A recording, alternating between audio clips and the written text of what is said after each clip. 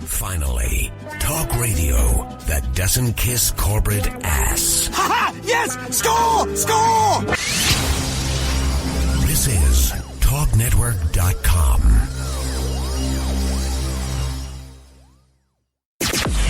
This is Jay Dyer of jaysanalysis.com. I want to tell you about my new show, Esoteric Hollywood. What is Hollywood? Is it just there to sell tickets and give us a fix of escapism from our daily grind? What if the establishment actually uses Hollywood's biggest films and classic productions to program our view of reality? At Esoteric Hollywood, I decode the hidden meanings, the occult symbols, and expose the deeper agenda behind the film industry and the pop culture that they manufacture to overlay our reality. Join us for Esoteric Hollywood, 10 p.m. to midnight Pacific Standard Time on TalkNetwork.com.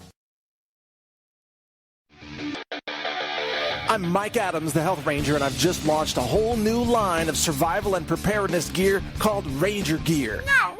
Yes way. It's a whole new line of survival gear that can help keep you alive even if you're overrun by crazed college students. We want our safe spaces! I'm talking about paracord bracelets with safety whistles and fire starters right on the bracelet. Awesome! Can we burn down this campus with it? I'm talking about self-charging, solar-powered LED lanterns that you inflate by blowing it up with your own breath. Did you just say we could blow something up?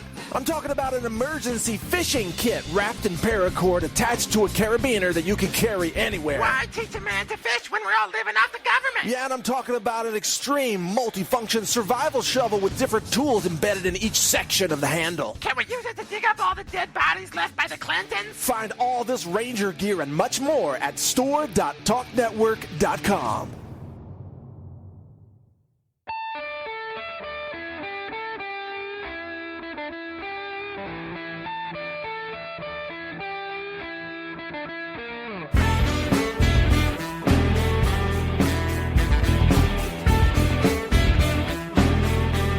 Good morning and welcome to the World Meets America Report. I am your host, William Kern, and I've been out.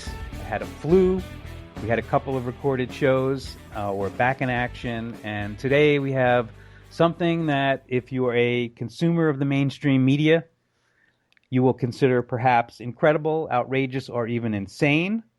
I would say even more than a cosmology.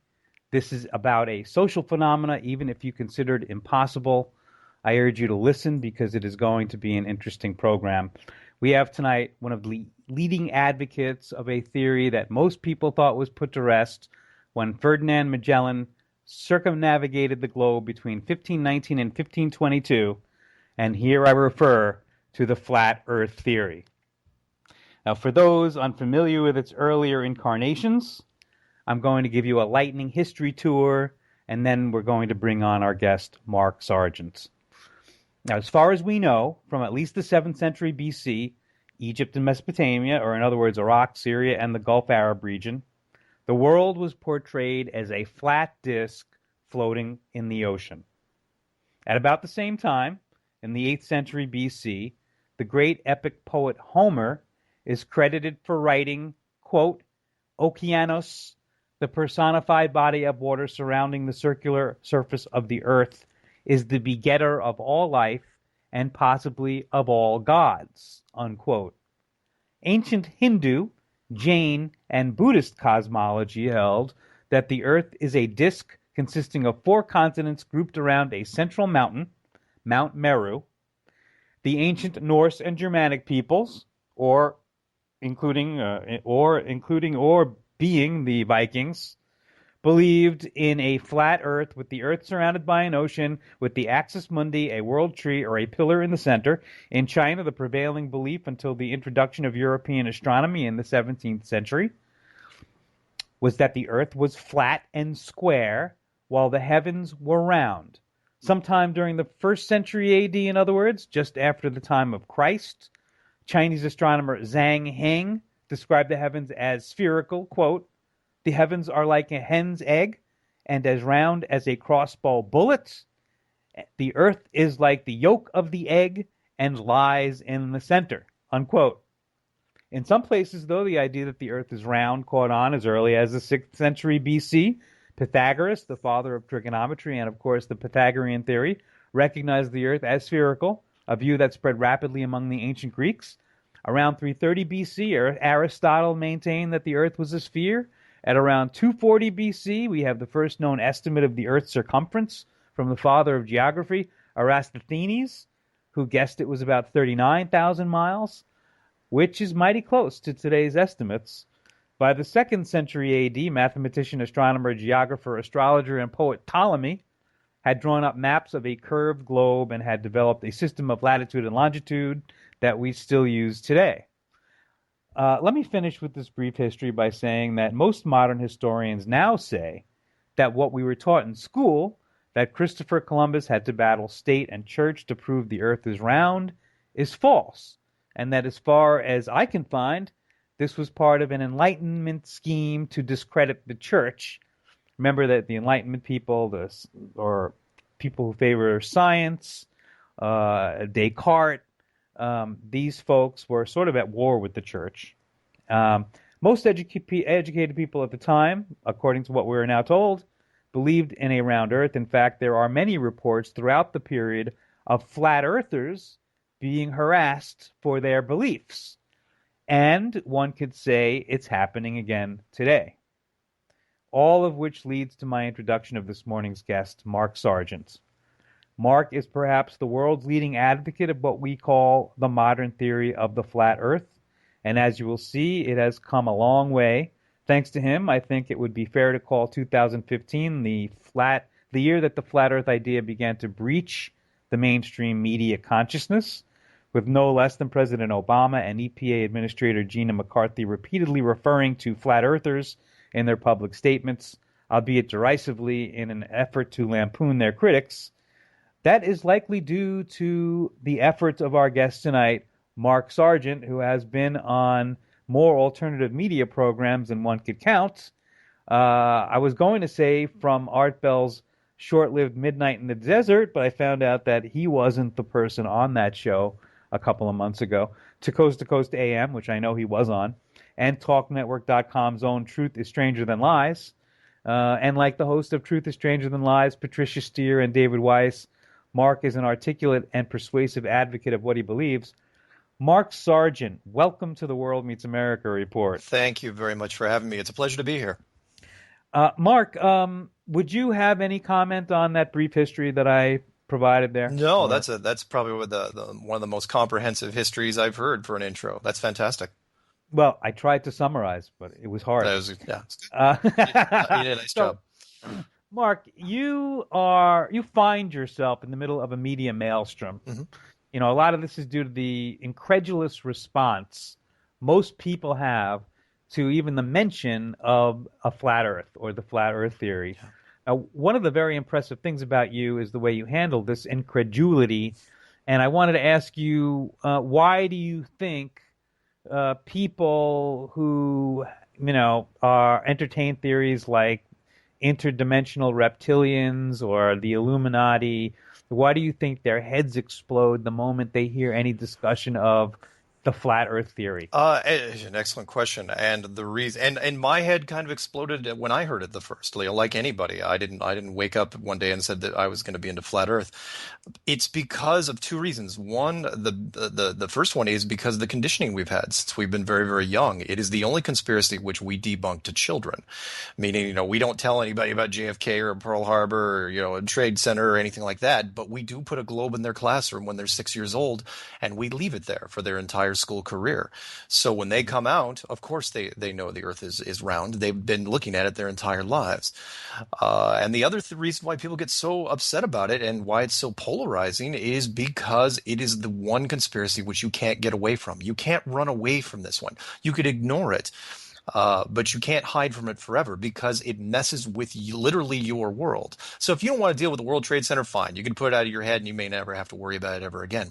But this is something that will keep creeping back into your head until you resolve it one way or the other. And some people really like the line from Men in Black, they like to have a good bead on things.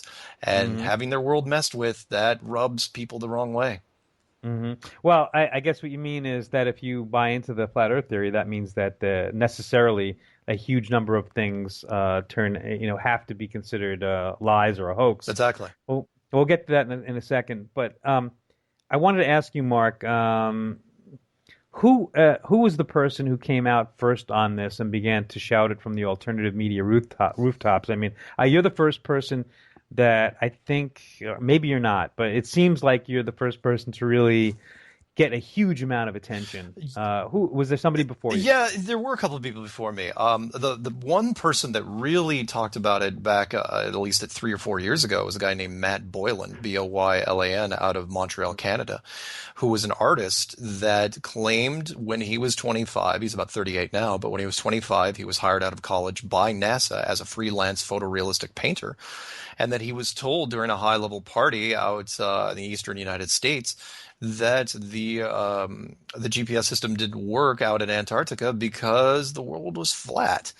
And he was talking about that stuff, and he was also kind of an entertainer. He dabbled in acting and comedy and things like that. And so he tried to work it into his medium, and he just wasn't getting a lot of traction. He was really kind of pushing it in a one-dimensional manner. And then around the end of 2014, there were a few more people that were kind of picking up on it, Eric Dubé and a German guy and a couple other people.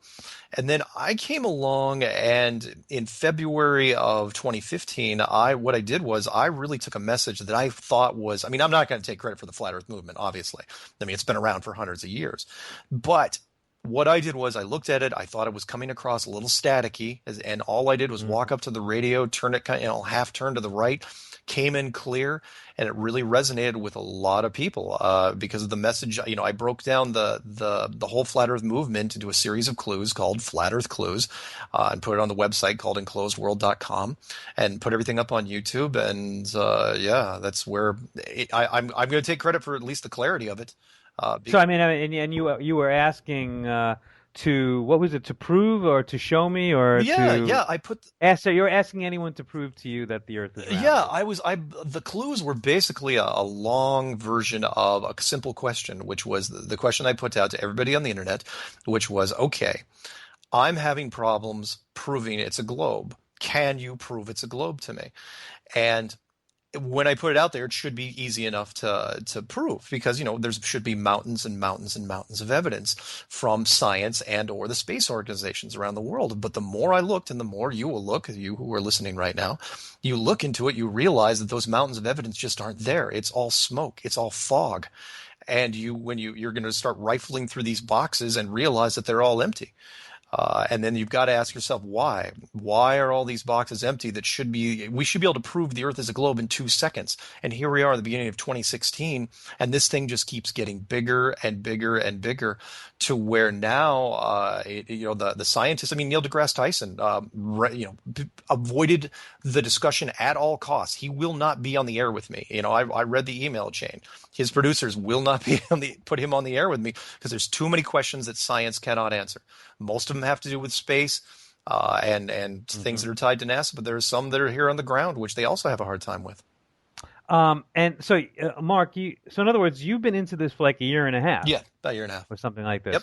So we have a minute until we got to take a break, Mark.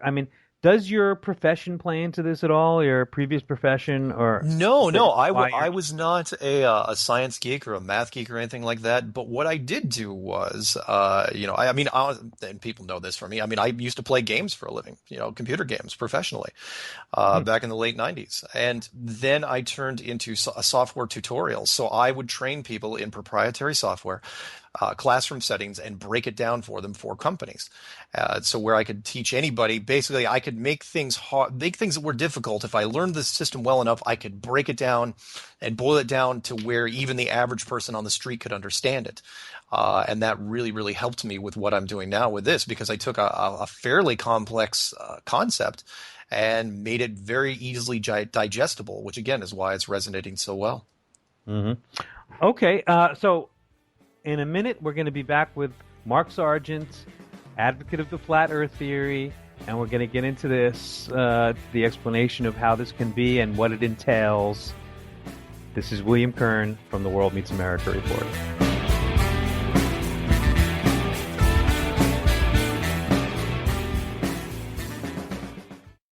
Welcome to the Health Minute with the Health Ranger. One of the ways the system controls you and keeps you down is by literally poisoning your brain with toxic heavy metals like lead. Believe it or not, a lot of the supplements and vitamins that are sold out there are actually made by pharmaceutical companies using cheap ingredients that are contaminated with lead. And lead decreases your IQ.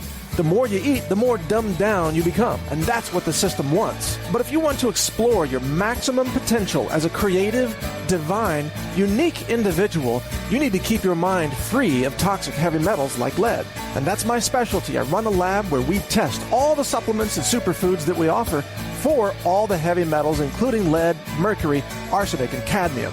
And that's why everything that we offer at the Talk Network store is laboratory validated for cleanliness and purity. Protect your brain by feeding it right at store.talknetwork.com.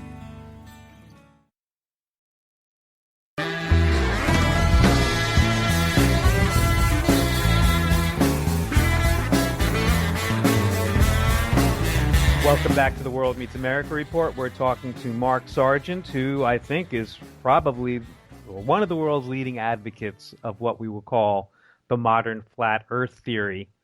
Now, so Mark, you've been kind of thinking about this for about a year and a half, Yep. and then the person, Matt Boylan, who you credited for, starting this the modern theory of the flat Earth, or at least kicking it off and making, some people aware of it, that was just 4 years ago.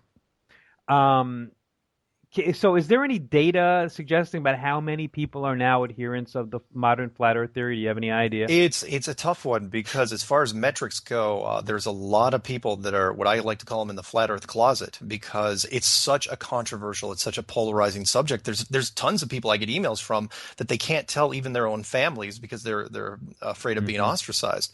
But if you want to look at a metric that is very, very interesting, I point to the YouTube. Well, you can do it on Google or any search engine, but YouTube is more telling because there's so many videos.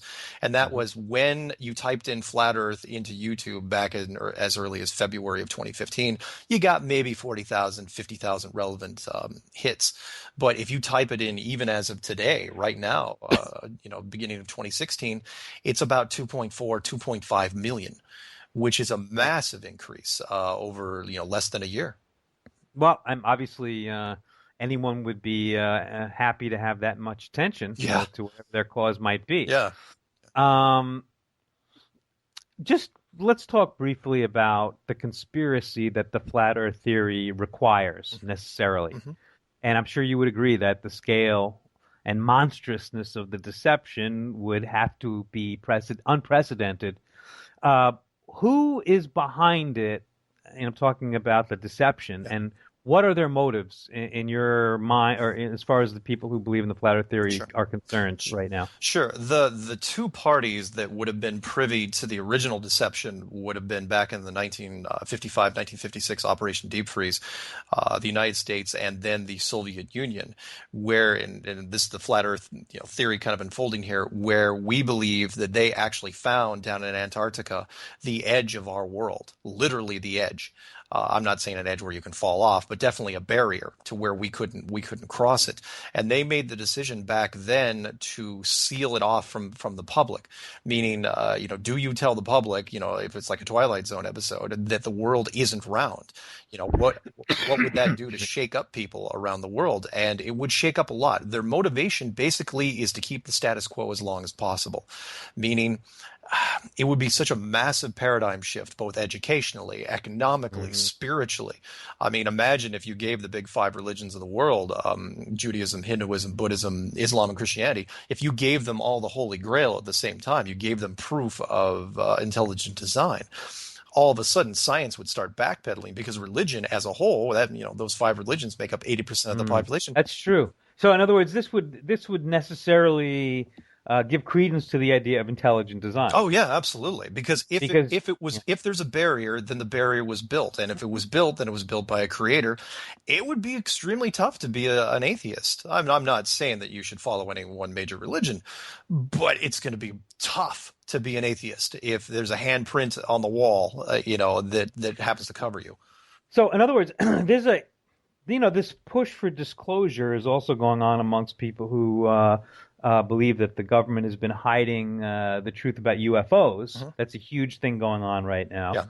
Yeah. And there's some sort of a parallel thing going on here with that. Yeah.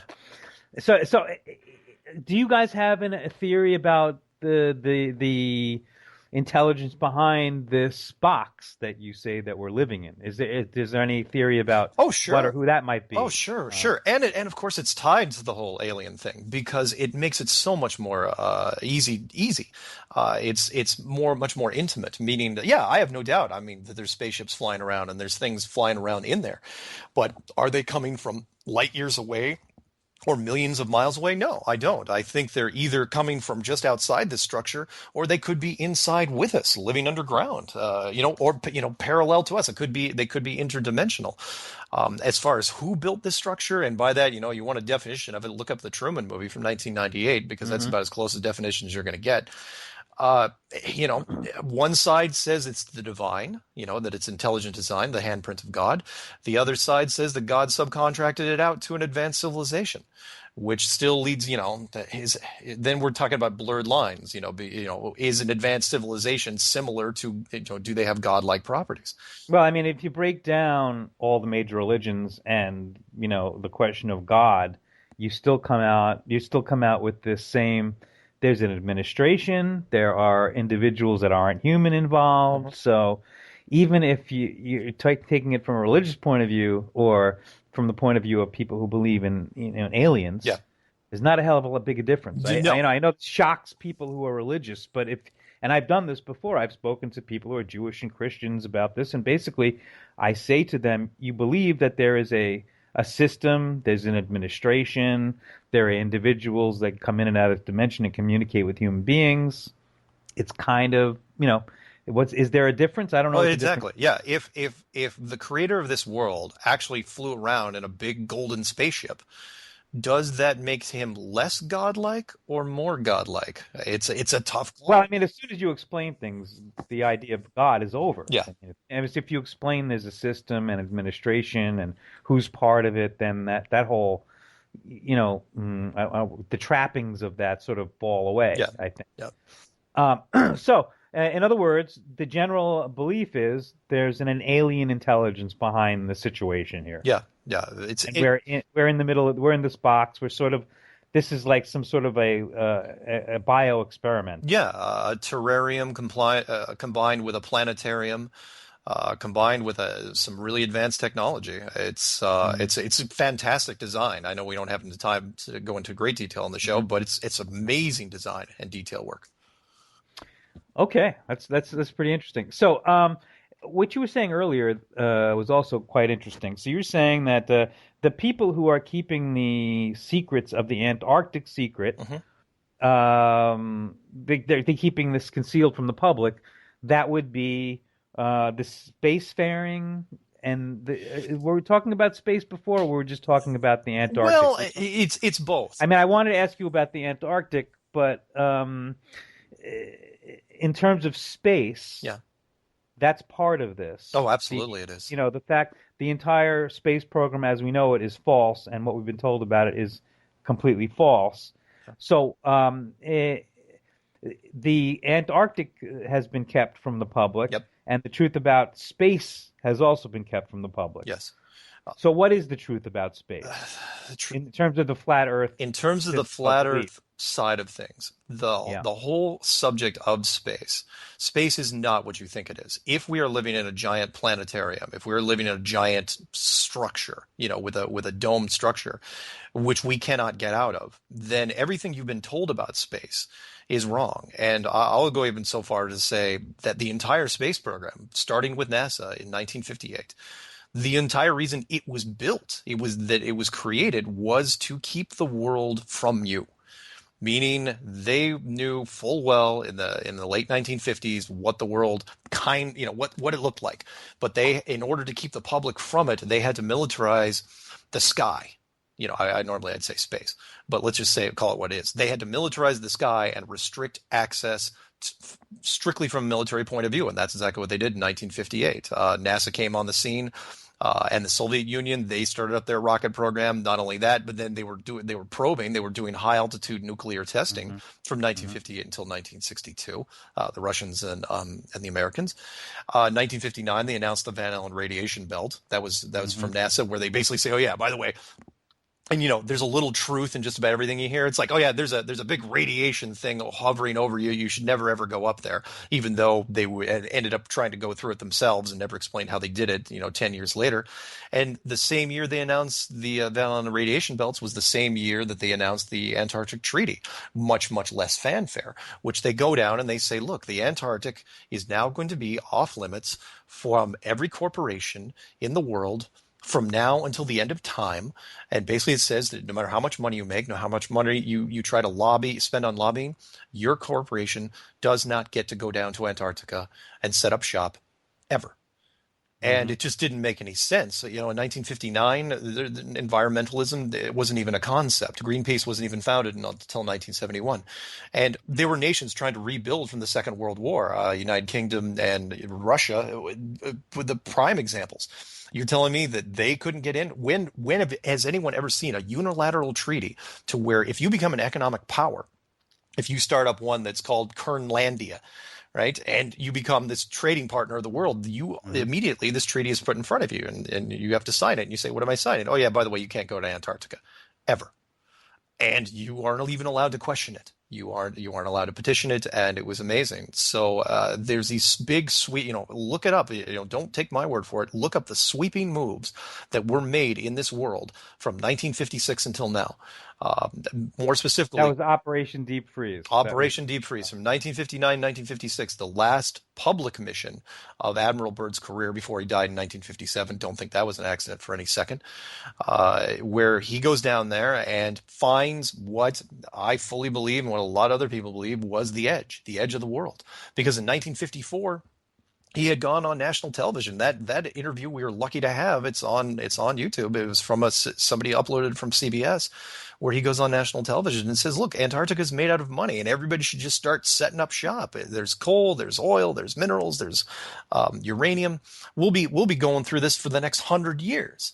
And then less than a year later, everyone was getting off the ice as fast as they could, on all sides, unilaterally, and it doesn't make any sense. I've never seen a conspiracy that is bigger than money, is bigger than a cover story, and that is, it's such a big secret that you can't even let corporations accidentally go down there. Meaning, you let British Petroleum set up shop, and they start doing well. All it takes is one helicopter or one stray plane to go into a place where you couldn't. Plus, you get mission creep, and that is okay. You let them do oil reserves here, but you can't let them go on forever because eventually they're going to figure it out. So where do you draw the line? So they just decide, all right, you know what? We're just gonna make a zero tolerance policy. Nobody gets to go down there, and nobody gets to talk about it. And it's just amazing that we have missed this for that long. Okay, well, so Operation Deep Freeze, according to Wikipedia, was an effort of 40 nations. Yes. To carry out studies of the North Pole. South Pole. Of the South Pole, Yep. Excuse me. Yep. When we get back, I'm going to ask Mark about the consequences of what he is saying, which are, for example, that the U.S. and Russia and China and other spacefaring and, I guess, seafaring nations are cooperating and pretending that we're having constant armed conflict and things. And in any event, we'll be back in a minute. This is William Kern from the World Meets America Report.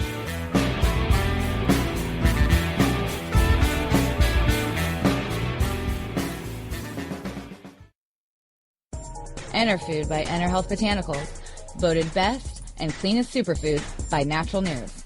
This 100% green, organic superfood powder is packed with the highest quality, organic, non-GMO, nutrient-dense ingredients. Experience complete bioavailable nutrition in a highly effective, fast-acting, alkalizing formula. Promotes cell rejuvenation, increase your energy, regain mental clarity and focus. Easily digested, quickly absorbed, all natural, vegan, gluten-free, non-GMO. Don't waste another minute of life feeling run down and tired. Gently detoxify the body daily. Order today and feel young tomorrow. Go to enerfood.com. That's ENERFOOD.com today. Aging is unavoidable, but some seem to do it more gracefully than others. Did you know that it's possible to be one of those people? And did you realize that you can lift sagging skin from home without even having to consider plastic surgery? One of the most notable areas on your body that give away your age are not wrinkles on your face, but on your neck. And by going to trybeverly.com, you can learn how to effectively lift sagging skin at home. Dr. John Lakey is a double board certified surgeon and the director of the Beverly Hills Plastic Surgery Group. He has developed a method for his patients who want to look younger without having to go through surgery and lift sagging skin and take years off their appearance. Go to trybeverly.com and learn how easy it is for you to take decades off the way that you look. Just go to trybeverly, that's trybeverly.com, and go take control of the age you appear today.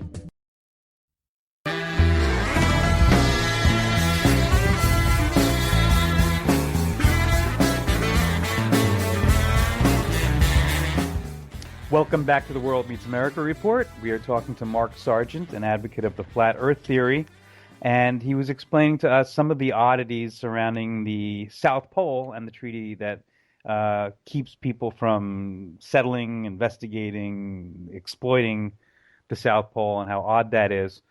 So Mark, I just wanted to delve into this a little bit. Essentially, the United States and Russia and China and I guess any number of other nations who are spacefaring nations are keeping this secret from the public. Yes. And that would mean, for example, or I'm asking, would that mean that Barack Obama and Vladimir Putin know about this? Or no. And what about the Chinese? And I mean, at the highest levels, yes. When it comes to the highest leaders, but the president of the United States, nah, you wouldn't have to tell him. Now Putin, that's a whole different story because he's a completely different animal. He may know just for the heck of it, but everyone that has a space agency, remember NASA was the one that started the whole thing. Every other space agency in the world, and that means the Europeans, the Japanese, the Chinese, the Indians, take your pick. They all blueprinted off of NASA. And I think at the highest levels, yes, they were told, look, you want to have national pride, we can help you fake this space program. It's real easy to do. We've been doing it. So in other words, like the Iranians who keep shooting up like monkeys and dogs and so on into space with rockets, what's actually going on there? Oh, they're not doing anything. I mean, I don't know how much more clear I can be for the listeners, and that is, look, we've never put a person on top of a rocket ever in our lives. It would be the dumbest thing to do if you were going to fake a program because, a rocket is just a big firework full of liquid explosives. If you want to look into some fun stuff there, look at the Challenger disaster of 1986 to be more specific, where, the rocket blew up, when it went up there. Unfortunately, the astronauts were still alive. So they went to witness relocation. Everyone forgot about them. Unfortunately, things stick on the internet, and now you want to look them up. Here we are 30 years later. These guys, 6 of the 7 are still alive. Okay. No, that's wild, man. I had not heard anything about that, and I would like to look into that a little bit further. It's amazing. Look, I mean, we've always thought that it was dangerous, and there have been accidents, obviously, or we're told there have been accidents. Yeah. But you're not questioning that there is an outer space. Oh, no, I am. At least the definition of outer space, meaning how high up do you have to go before you consider it space? Is it when the oxygen gets so thin? Well, I'm saying outside of this box you say we're living in, that is apparently an alien constructed device. Yeah. What's there? Oh, that's a great question because people have asked me. They said, well, is there space outside of the structure? And I said, well, yeah, there could be, but why? Meaning, if you're faking space, if you're in a planetarium, right, and you're displaying stars and planets on the ceiling and stuff, if you're faking that, you're faking it because there's not actual space outside of it. Usually, meaning if you're going to fake small, you don't have to. You're faking the big stuff. Then there probably isn't any big stuff, or it's completely different, or it's a completely interdimensional thing, and whatever space is outside of the structure is completely different than what we've been describing it. Normally we describe it as a bunch of vacuum and a lot of empty areas, and it's dark and real scary, and there's rocks and stuff flying around. But what we're told is it's mostly empty. Yeah, and there's a huge void. We just found out supposedly from physicists that 90% of the matter in the universe is dark and you can't see it. We can only detect it because of gravitation and all these things. Yeah. So our story up until now has been that we are on an Earth. It's rotating around the sun, and that's one of many solar systems in the galaxy, amongst many galaxies, et cetera, et cetera, et cetera. Yep. And so the flat Earth folks say we don't know. The flat Earth folks say that it's much easier than that, and that is the stars and the moon. The stars and the planets and the sun and the moon. They're all here, but they're all inside the structure, and most of them are just beautiful, beautiful images, highly rendered, and can have fooled people for a long time. Unfortunately, the camera technology that has come along in the last 15 years is starting to pick up phrase in the canvas, and that. So yeah, from the flat Earth standpoint, no, there is no space outside of this thing, or if there is, we don't know exactly what kind of space it is. Are we a box in a bigger room? Are we in a box with more boxes? Right. I'm just saying you don't know if there is space. No, you're not even saying whether there is. And I don't think that even the authority knows, because I think the structure is built to contain us. That there is no way out of here. But it's hard for me to get away from this one thing. Sure. So we have the United States and the Soviet Union. I guess so. The competition that we've had supposedly through the Cold War was completely a hoax. Yeah. That's necessarily yeah. And it follows from what you're saying. So that was a hoax. And what about the Chinese as well? They are also in the know on this, and that means somebody in China. But is it Xi Jinping, or maybe not? Maybe the money men, maybe not. But yeah, at the highest levels, the wars that you have been seeing, the space race, the Cold War, the tensions at the highest levels, they're all staged. Because they know full well where we are. You do not go to war in a system like this, an enclosed system, if you're the only game in town. Meaning, if you're all in the same boat, which is part of the problem, and that is, there's money to be made off war, there's exploitation to be made off war. The Russians, especially the Russians, have been United States secret brothers. You ever wondered why we've never actually squared off against each other, but we've talked about it for decades?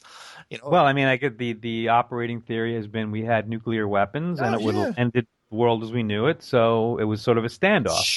Sure, but you're not even going to get a little taste of that here and there, where ships are going to... Well, we kind of did. We did here and there. We came close to direct confrontation a number of times. The Cuban Missile Crisis happened and all that. According to the news, yes, we did. That's right. That's what we're told. Yeah, absolutely. Yeah. Okay, so and it also, it colors the way we should look at what's going on now. If what you're saying is true, the war in Syria, the battle over Ukraine, et cetera, on the one hand, these people are cooperating in the biggest hoax in world history. Yes. And on the other hand, they, or at least a lot of us and them, are engaged in a confrontation that is costly and deadly and destructive, whatever. Yep. At the lower levels, and it generates, there's economic benefits to it, although somewhat sinister and dark. But yeah, that's exactly what we're saying. Mm-hmm. All right. So I wanted to talk to you about the Antarctic Defense Force. I heard you discussing it on a YouTube video, and I found it very interesting. Yeah. What is the Antarctic Defense Force? The treaty that was put in place in 1959 had to be backed by something. And again, you've got to wonder, the Antarctic Defense Force is a multinational navy and air force, that patrols the coastline of Antarctica, which is really, really odd because you don't think of a lot of people that are trying to break into Antarctica. And it's not like corporations can go down there and it takes a while to set up things. Well, did you see the Vice News coverage last year? They went down there and they were kind of looking at the ice flows and talking about how the icebergs are melting and all that. Sure. What would you say to that sort of coverage? Everything that comes out of Antarctica is suspect.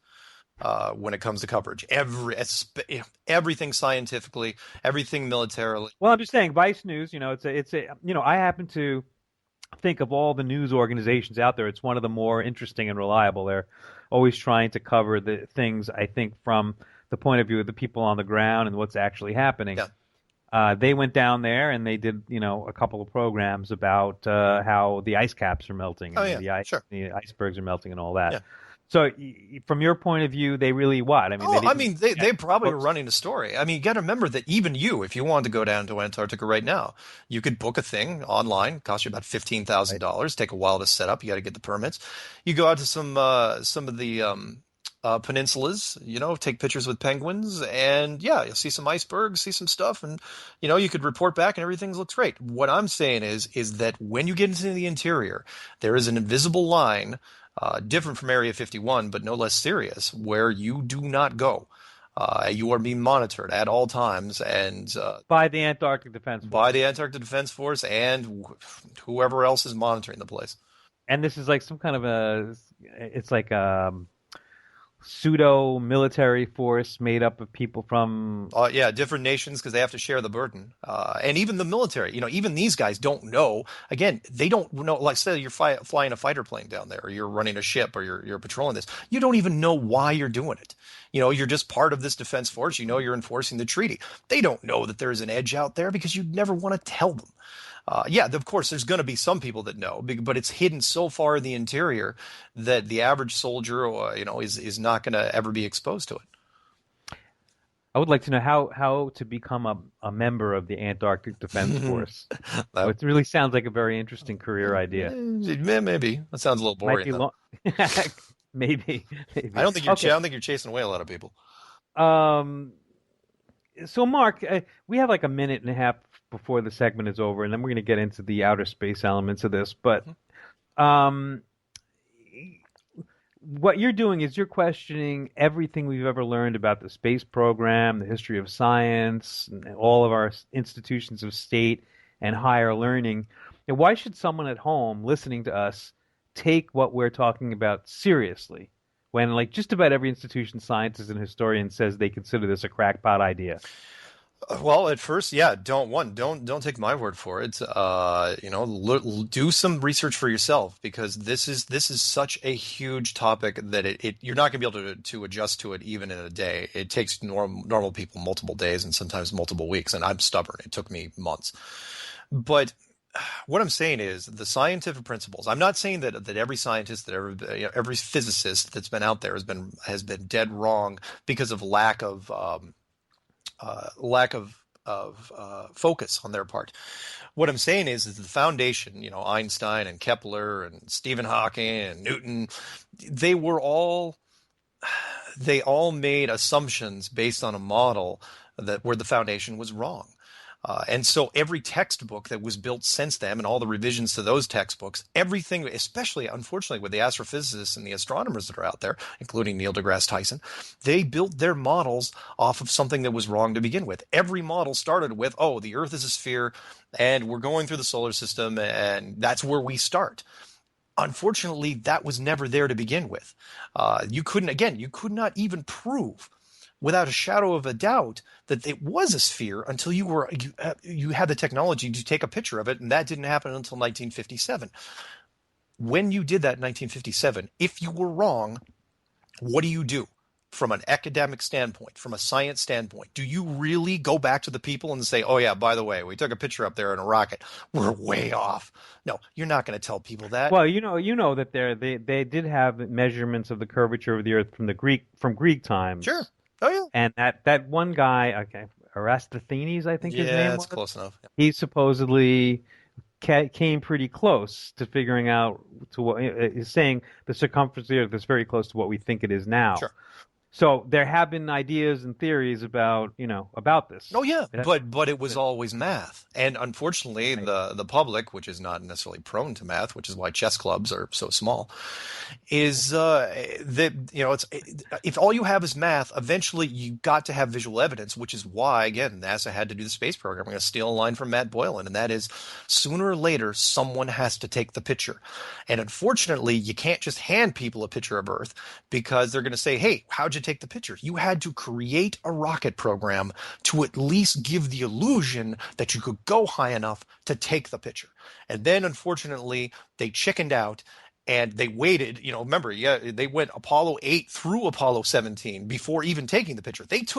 Most people don't understand that picture of Earth, the whole shot from Earth, which shows the bottom part of Africa and the whole part of Antarctica, that was taken during the last mission that we ever supposedly went to the moon. Why did you wait so long to take it? And then once they took it, there's like, oh, okay, I'm so glad we got out of that way. We're just going to lean on this thing like a crutch for the next 40 years. And they never released another picture of the full Earth in sunlight from space from 1972 until July of 2015. It's ridiculous. That's two generations. It's very interesting. 2015 is such an interesting year because Yeah. it seems like this is when all this sort of started to hit the fan, so to speak. Exactly. Okay, this is William Kern from the World Meets America Report. We're talking about the flat Earth. Yes, I said the flat Earth. We'll be back in a minute.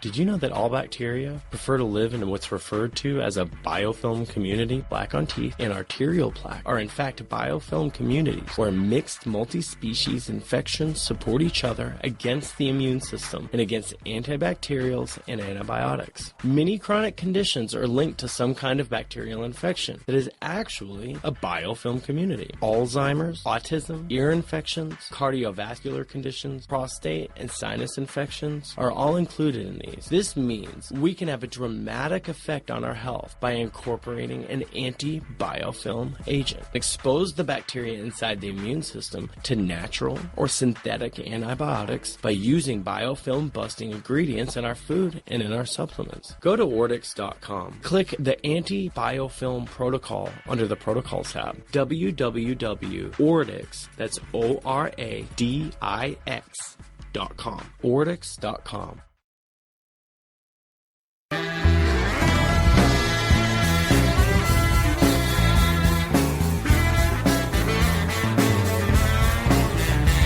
Welcome back to the World Meets America Report, and we are here in the beginning of 2016, and we're talking about something that kind of exploded into the on the alternative media world, at least in 2015, and a little bit into the mainstream media world, and that is the modern theory of the flat Earth. And we're talking to Mark Sargent, an advocate of the flat Earth theory. Okay, Mark, I mean, we were just sort of touching upon it a little.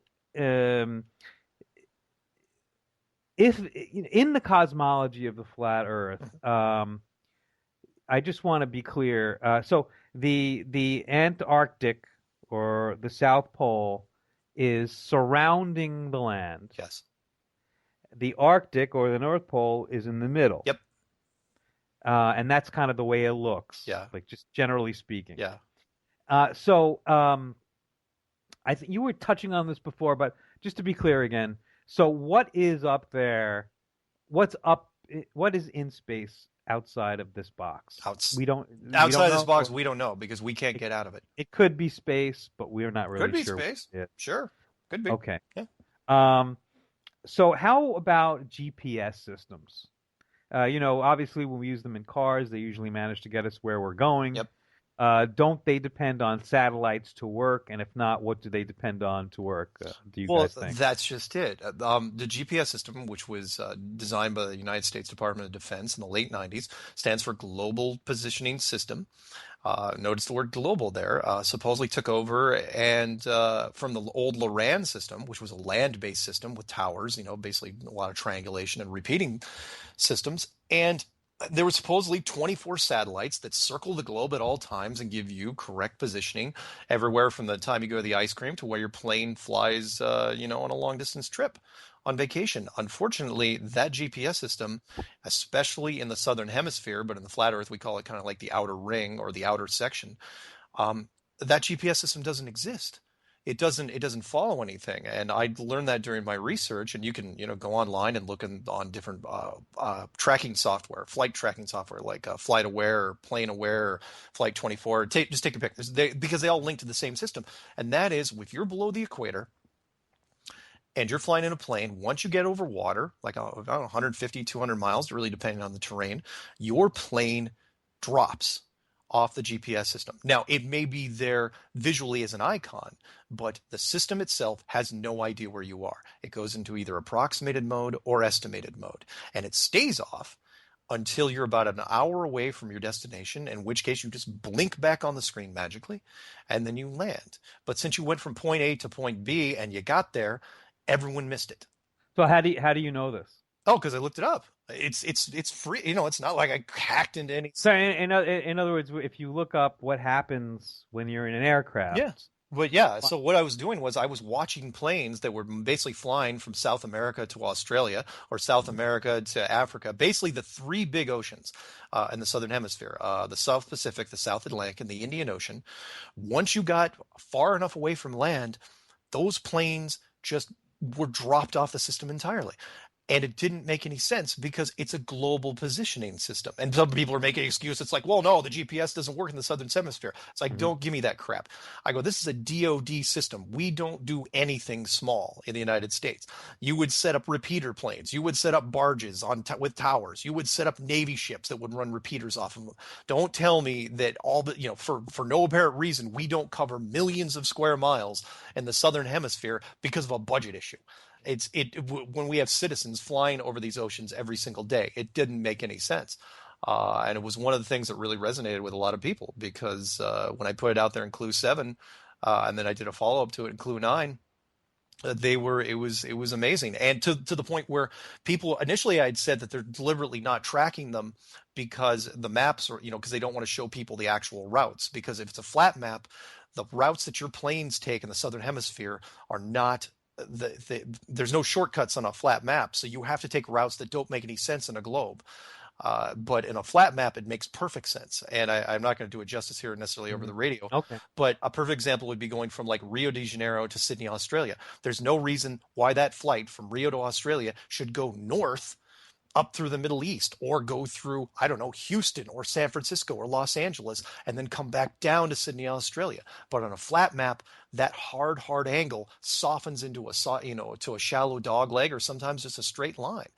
And could it have something to do with the atmosphere or winds or anything like that?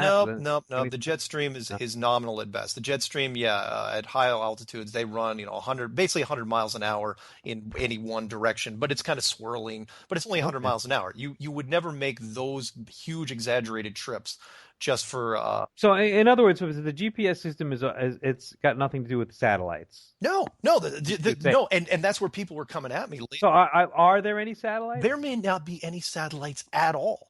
There may not be because, we're still trying to prove it out, but I've got my suspicions. And one was when I was talking to a company out in California just recently. It was called Interorbital. They're one of the competitors to SpaceX and Virgin Galactic. Right.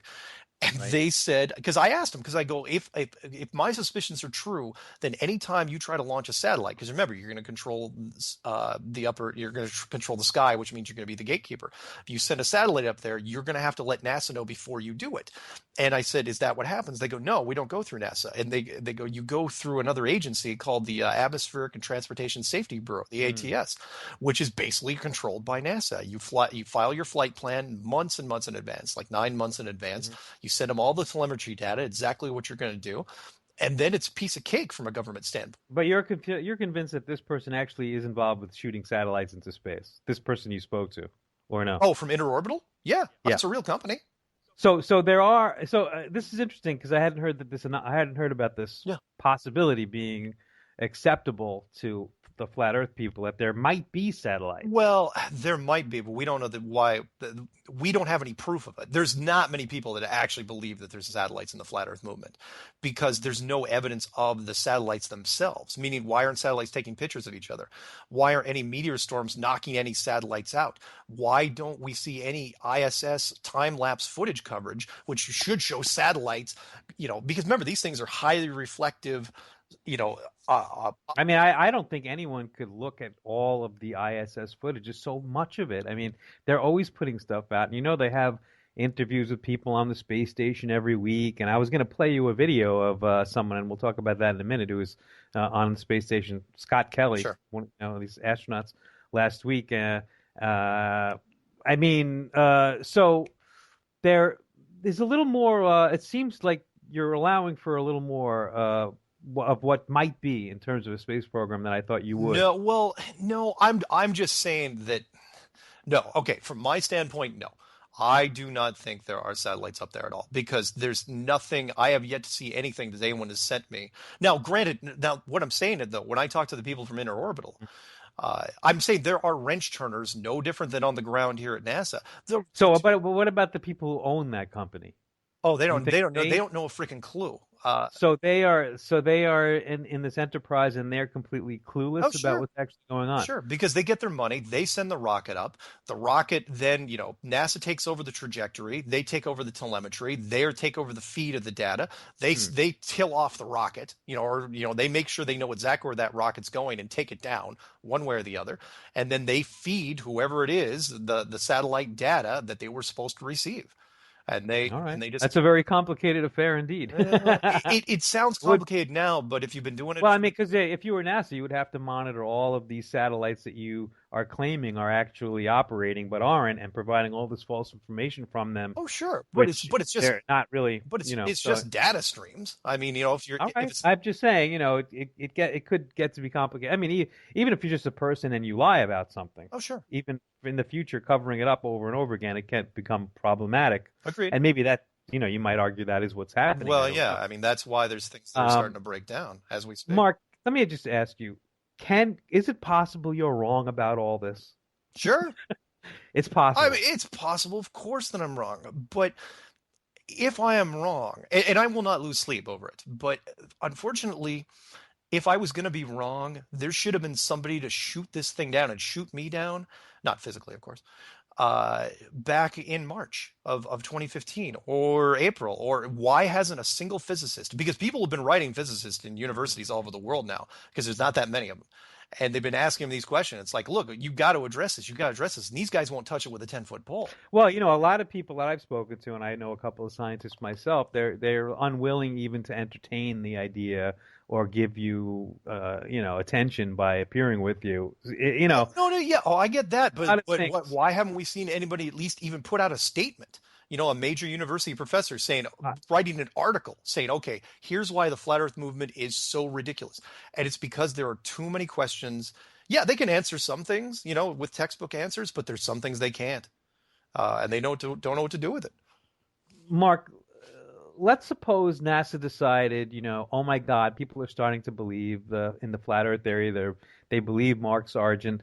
We have to prove to him that there is a space program and there are satellites. How could they prove to you that the Earth is indeed round? What would convince you? What would do it for you? It's a tough call now because I don't think they're going to do it. As a matter of fact, they've been. I know. We're imagining here. Let's say they've determined they have to prove to you. To me personally? To you, they're one of the leading advocates of the flat Earth theory. They want to prove to you there's a space program, that the Earth is round. How could they do it? What would they'd have to take me up if they had to prove it to me, but it isn't going to happen. I mean, they're probably not going to happen. But if they made it possible for you to go up to the space station and see the Earth and and find out this is actually going on, you are persuadable. Oh well, sure. Sure, but they're doing. You're not. Yeah. Oh no, I'm not that stubborn. But at the same time, they're going the opposite direction. I mean, look what they did in the last month. Not only did they cancel the Mars program, the Orion program, which they've been talking about forever, for just some BS. That was the Man Mars. Yeah, the Man Mars program. Look up Trial by Fire. But yeah, they just canceled that just a few weeks ago. Not only did they cancel that, but only a week ago they've already leaked that they're going to cancel the ISS. They already leaked it to several Canadian sources. And it's like, whoa, they're going the opposite direction. So instead of reinforcing stuff, you know what? We're just going to shut down the ISS. We're not going to go to Mars.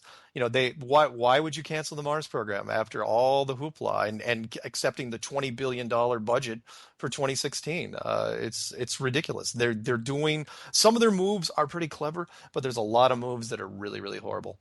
And they're not sending me up into space. Well, I didn't think they were going send to. Neil deGrasse. I'm just trying to. I just want to kind of gauge it. How. By the way, why isn't Neil deGrasse Tyson gone into space? That's a bigger question than me. I mean, I don't deserve to go. Neil deGrasse Tyson deserves to go 10 times over. Well, there is a way they could persuade you if they wanted to, real bad. Well, yeah, sure. That's what I wanted to get to. Yeah. Mark, we're out of time. There's a lot I didn't touch on that I wanted to, so hopefully we could do another show at some point. Thanks for being with us. I really appreciate you taking the time. This is William Kern from the World Meets America Report, and we'll be back with you again tomorrow. Have a good day.